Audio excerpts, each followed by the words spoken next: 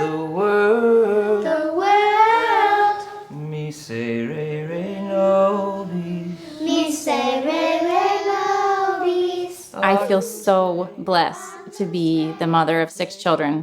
It's the greatest gift that God has given me. Sometimes it can be pretty overwhelming, and obviously it's a lot of hard work, but I can't think of anything better in the world than being entrusted with these 6 unique souls. I feel blessed every morning when I wake up and remember that, man, what a blessing to be a father, to be a husband, to have so many children. They're what keep me motivated when I'm at work. So it's beautiful. The balance between fatherhood and working and building a career, it's a ton of fun. And I'm grateful and I'm joyful. I'm really just enjoying this phase of life.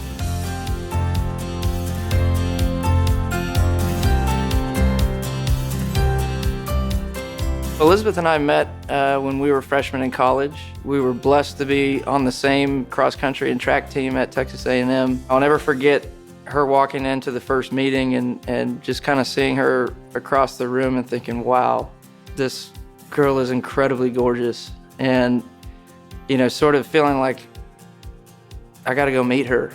I feel like from a really young age, I knew I wanted to be married and I wanted to have a big family. It's just something that was in my heart from childhood, really. When I got to college, Joe and I were on the same cross-country team. And when I met him, he was a really great person. And then I found out he was Catholic. And we just got to know each other on like a friend level. We just bonded immediately. And when I found out she was Catholic and she had strong moral character. She was a great student. It was just like, goodness. She checked all the boxes almost immediately. Once we started dating, it just became this sort of natural assumption, like, okay, yeah, this is a great fit. We really see eye to eye on so many of the crucial things, faith being the number one thing. And, so we started going to Mass together on Sundays and we would study together at night. It was an easy decision for both of us. I was so attracted to his character and his morals and just the way he carried himself and the way he lived out his values and his Catholic faith. I felt like there was no question in my mind, like, this is the person God wants me to be with. And we started dating, and I think I just always knew once I got to know who he was.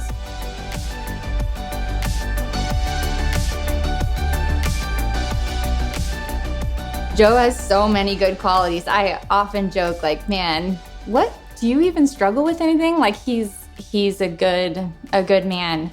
Joe is extremely selfless. He just gives and gives, and it's not a burden for him. I could ask him to do anything and he would just do it. And he just genuinely loves to give himself as a gift. The person she's grown to become through prayer and through sacrifice day in and day out for our kids. I see her put all of her own desires to the side to care for our children and to care for me. And when I get home from work and there's a warm meal on the table waiting for me, she's selfless. And I'm so attracted to her ability to love us sacrificially every day. Other thing is like his character, his integrity. Like in his faith life, in his work life, in his parenting, he acts with integrity, and I really admire that about him. I just love how outgoing and athletic and adventurous she is. I love sports. She entertains my desire to go play sports together, but we still enjoy running together. We enjoy, taking the family out for walks, just being active together.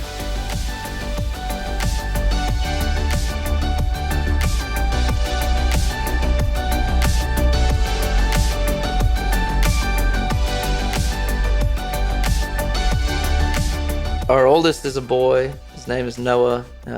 He's 10 years old. He's such a great big brother. He's thoughtful of the other children. He's respectful. He's kind-hearted. He's fun-loving. Yeah, he loves to have fun. whether that's with his siblings or his friends or with his parents. Yeah. He's just a fun kid to be around. And, we put a lot on his shoulders as the oldest child. And, he takes it. He's not perfect. None of us are. He does a good job. But he's very mature for his age. And we're so thankful that he's sort of leading the charge with all of our kids.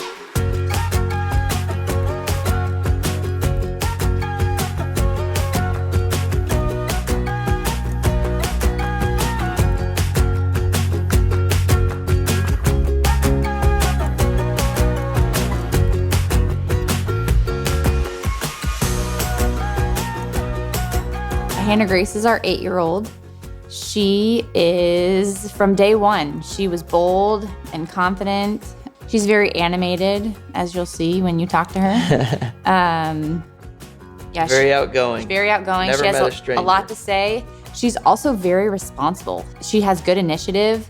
I could ask her to help me with something and she'll do it.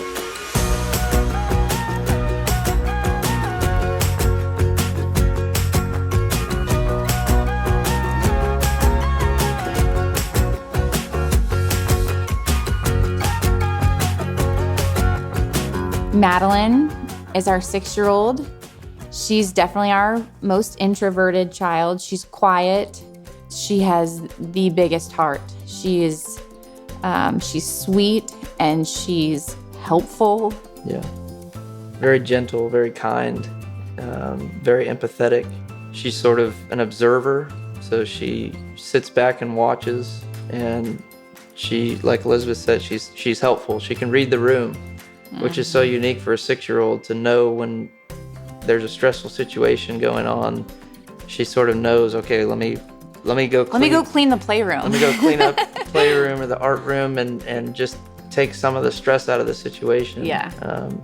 She's definitely a self-starter when it comes to helping.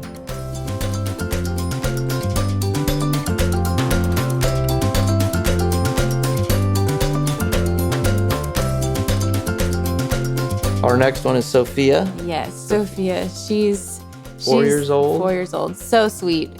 She is definitely our physical touch child. She loves cuddling and her blankets and her bear, and she's pretty deep for a 4-year-old.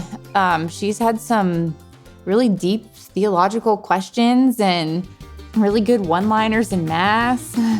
She keeps us laughing for sure. One thing I love about Sophia is every morning when she comes down, like we said, she's our physical touch child. She wants to give Daddy a big hug, and she shows her love by being open to giving hugs and being affectionate with us.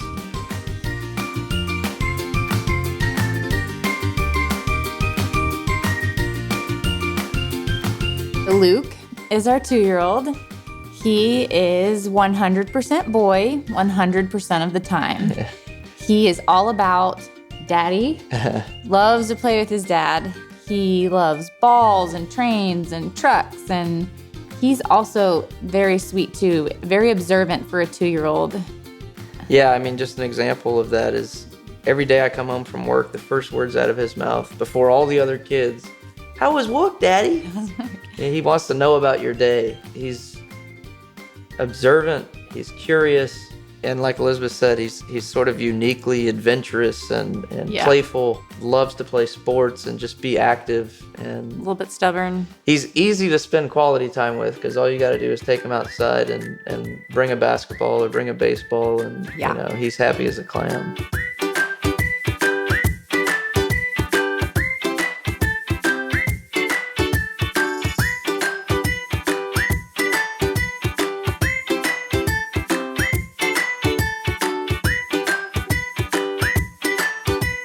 So John Paul, he'll be 10 months soon, and I mean, it's hard to really know a lot about him yet, except that he's the happiest baby we've ever seen. He just smiles at everybody, crawls around, plays with toys. I mean, he always has the biggest smile on his face. It's pretty hard to upset him. He's got so much love from all of his siblings. He's very well taken care of. One of the beautiful things about having so many children is having a baby with a 10 and an 8-year-old. And to see them react to him smiling or him laughing, it brings us so much joy, because you just see it in the way he lights up when his 10-year-old brother comes and plays with him, and you can just see him laugh and smile. He's been such a blessing for us and our family, and like Elizabeth said, he's always smiling.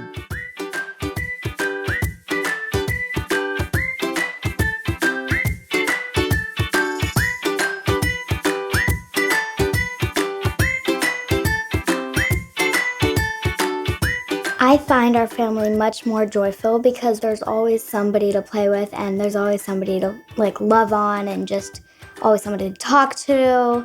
And it's really nice for me to just have lots of siblings that look up to me, and just I love them. When Elizabeth and I first met, one of our early conversations was, if we were to get married, what do you think our family would look like? And I don't think either one of us said less than 4 children. As a child, I always thought I would have a big family, but when we first got married, I was like, that's so far away, I don't know what's gonna happen. But then when I experienced the joy of having one child, I was like, oh my gosh, I could have, 10 children, and this, there's nothing greater to me than being a mom and just watching your child grow into who God created them to be.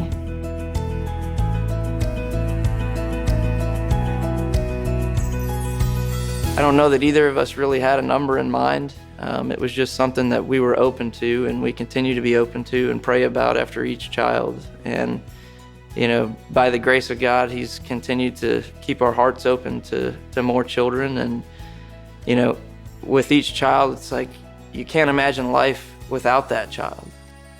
And then you get to the next decision point, and you're thinking, man, can we really stretch ourselves and welcome another life? And my wife's always good about, yeah, but imagine life without John Paul. Imagine life without Luke. And it's like, wow, it's a no-brainer. I mean, there's nothing in this world that compares to bringing another soul. So we always were going to be open to life as God gives it to us. We always pray that our hearts are aligned with God's will, whether that is having more children or not having more children. We just want to be in unity with one another and in unity with what God wants for us.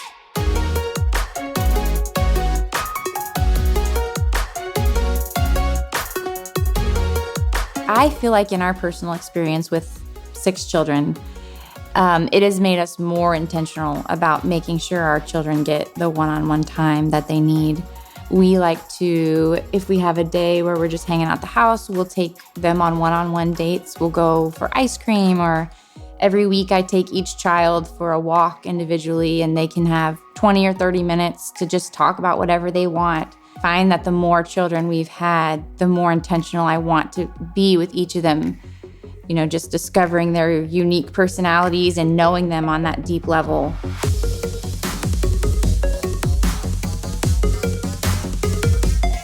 God's love never runs dry.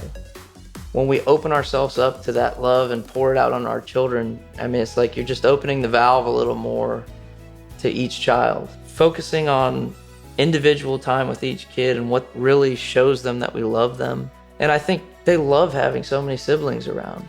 They love getting around the table and playing a card game, going outside on the court and rollerblading together and getting on their scooters and having friends around them all the time.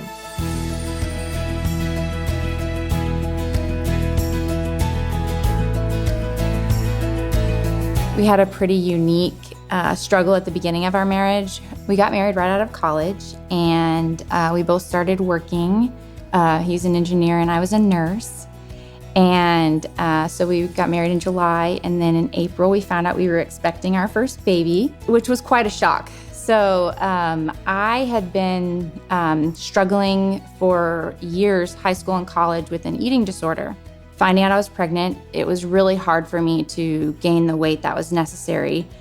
So eventually Joe and I made the decision that I would check into an inpatient rehab facility. It was called the Eating Recovery Center in Colorado. I stayed for 2 months in the Eating Recovery Center. And I would say that was really like the catalyst to our spiritual journey.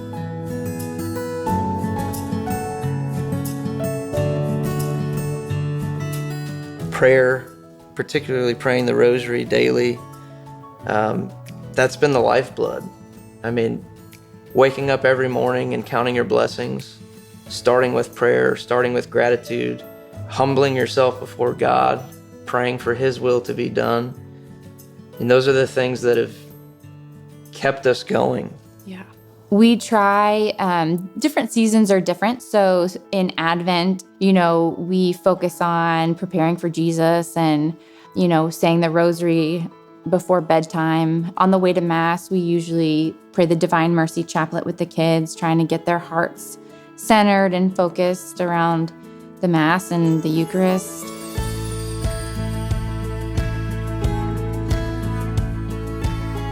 We try to particularly focus on the Eucharist for our kids, and just constantly reminding them that this is Jesus.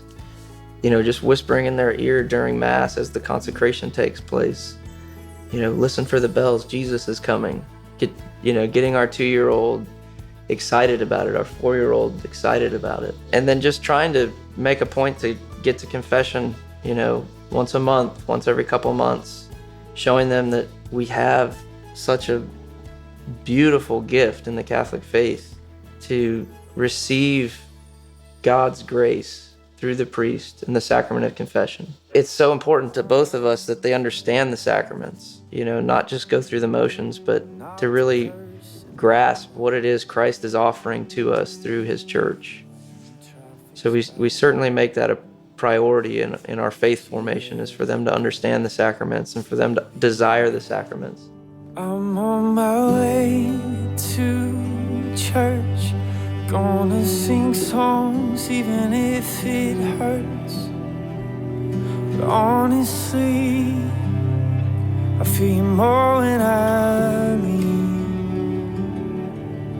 I can't figure out quite why. Priorities are clear.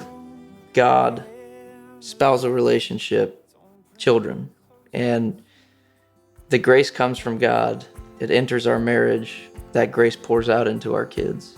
We're fortunate enough to give each of our first hour and a half to God. And we do that a little bit together and a little bit individually. And Elizabeth likes to go for her run first thing in the morning. It's typically when she prays her rosary and offers up intentions and tries to be intentional about, thinking about each child and praying for them. I spend time in here by myself, reading the gospel, reading for the day, and spending a little bit of time in silent prayer. Again, starting with gratitude, counting my blessings, trying to humble myself before God and start my day giving it back to God. I choose to lay me down at your feet. Jesus Christ, you died for me. You took the sinner's crown far from me. Jesus, I'll give you anything. I think if you have one child or you have 6 children or you have 10 children, you're always giving 100%. Like you're giving that one child 100% or you're giving your 6 children 100%. So it always feels hard, and there are always questions. Having a big family comes with challenges. There's no doubt about it. You can't sugarcoat the fact that with 6 small children, there's going to be heartache amongst the children themselves. There's going to be challenges, especially with my wife, who's a full-time caretaker. The more each of us is giving and giving and giving. I saw a quote one time that said, when 2 spouses are both giving and both pushing, it forms a mountain. When 2 spouses are both taking and taking and taking, it forms a valley and it causes separation. And I really took that to heart, because when I see Elizabeth giving everything she has for our children and for our marriage, it makes me want to bring my best every day.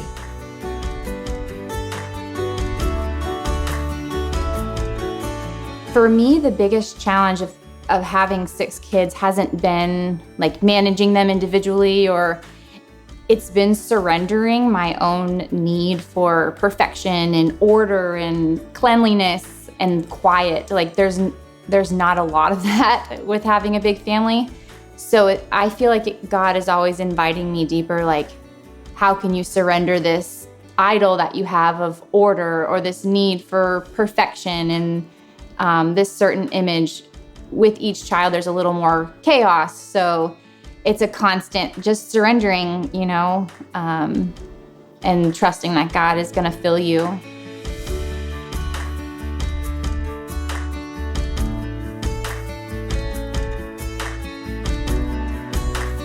One of those things where you got to take the good with the bad, and when you sit down and pray in thanksgiving every morning, God will shine a light on just how much more fortunate you are to have so many children and to carry that cross every day. Logistically, as a dad, as a provider, sometimes I get stressed about, how am I going to provide for all these kids to get into and to develop in. And, Elizabeth's great about reminding me, like, Joe, we're going to do the best we can and trust that God will fill in the gaps.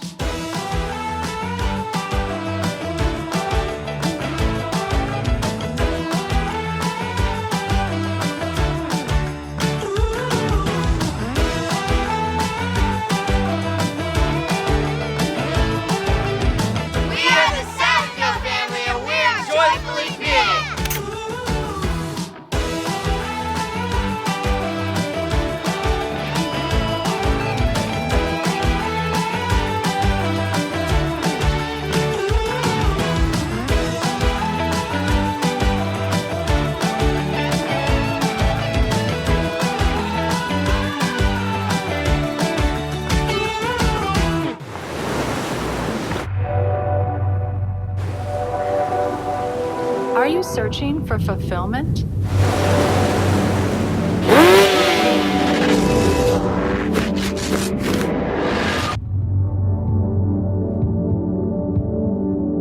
Discover true happiness. Stay tuned to Shalom World.